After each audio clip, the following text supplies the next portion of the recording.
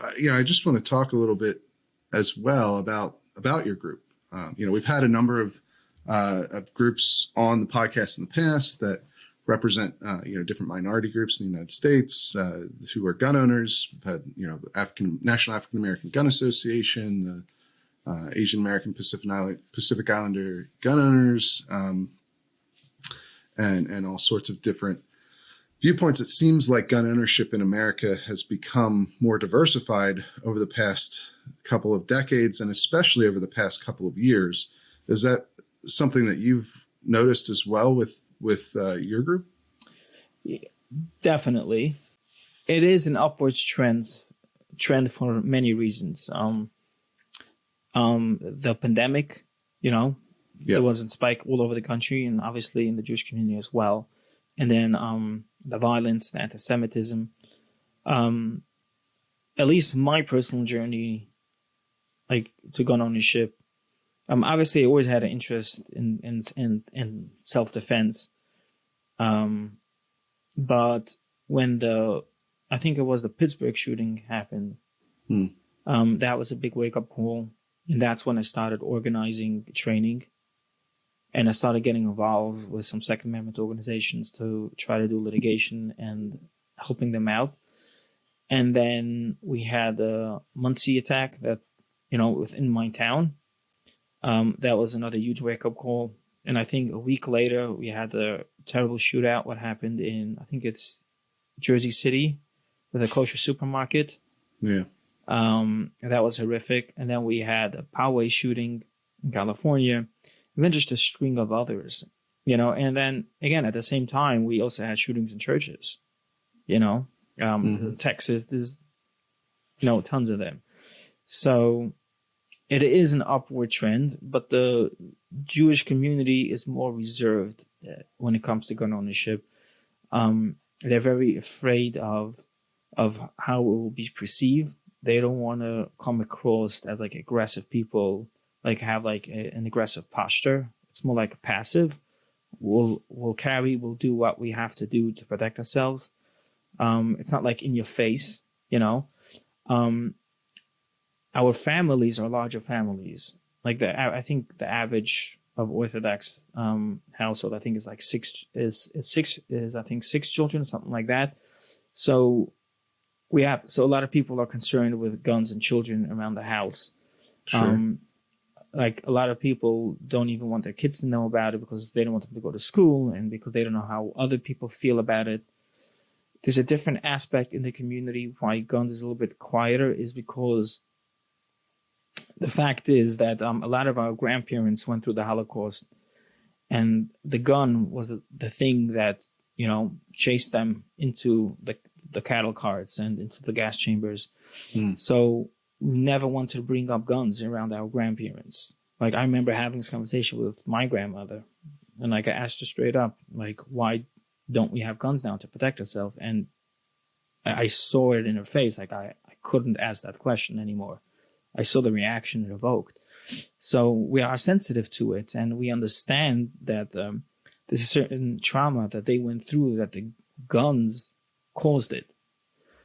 So how do you change that perception of guns in the Jewish community? How have you gone about, alleviating those sort of concerns that you're discussing there? So I think people understanding the founding of America and the founding of the Constitution and the reasons for it, and seeing a trend how governments that do not have these type of checks and built in the system and this inherent right, how it could lead to oppression.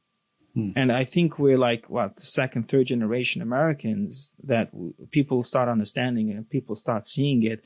And there's a big shift in mindset. But again, when we do it, we have to respect it and we have to understand it. So we're less in your face. We're very discreet about it. I know so many people that when I meet them in public, I don't even blink. They don't want to even acknowledge that they know me because they don't want people to know that they know me. Oh, so probably, So I have to understand that, and I have to respect that, you know. But yeah, it's a lot more people carry, a lot more people have guns in the community than people think. Because again, there's another aspect as well. We live in New York State, and Hmm. we don't know what our neighbors think about it, and we don't want to offend people. You know, we just want to get along. So a lot of people just don't want to talk about it to their coworkers and the work. You know, so people are quiet about it, and I guess the downside of it is that if people are not vocal about it, then the public opinion, the public perception might look differently than what in reality it is. So when it comes to these type of challenges, when you do lawsuits and you know, you need people to speak about it, you need that momentum.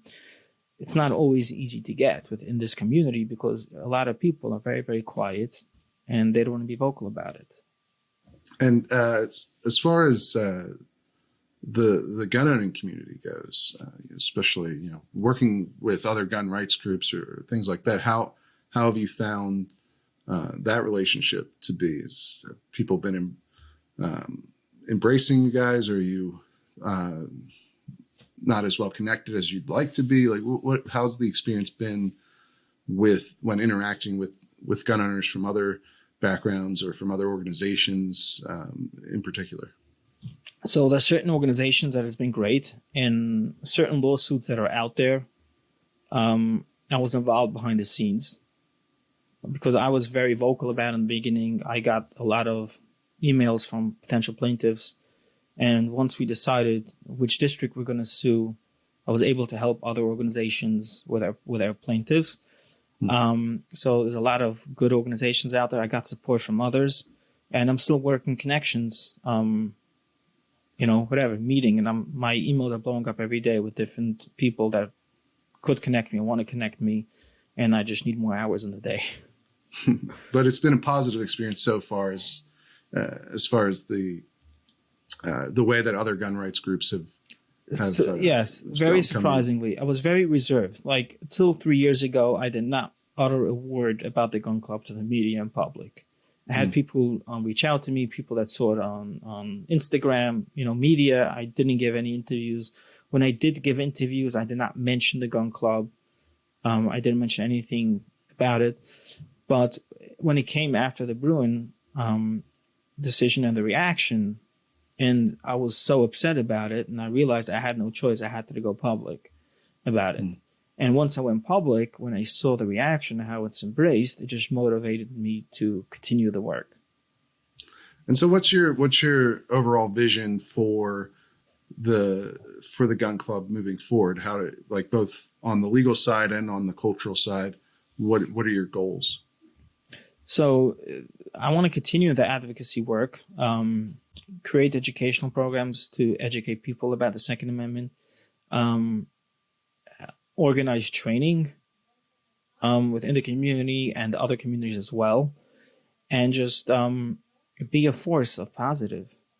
I mean, it's, I'm getting people are reaching out to me from other communities like I would never think of, like the amount of emails I got from people in Manhattan that are concerned. And you would think of Manhattan as like, the epicenter of liberalism. You'll be surprised how many people feel differently. So I realize there's a need and people are responding positively to it. So it's just motivating me to keep on moving forward.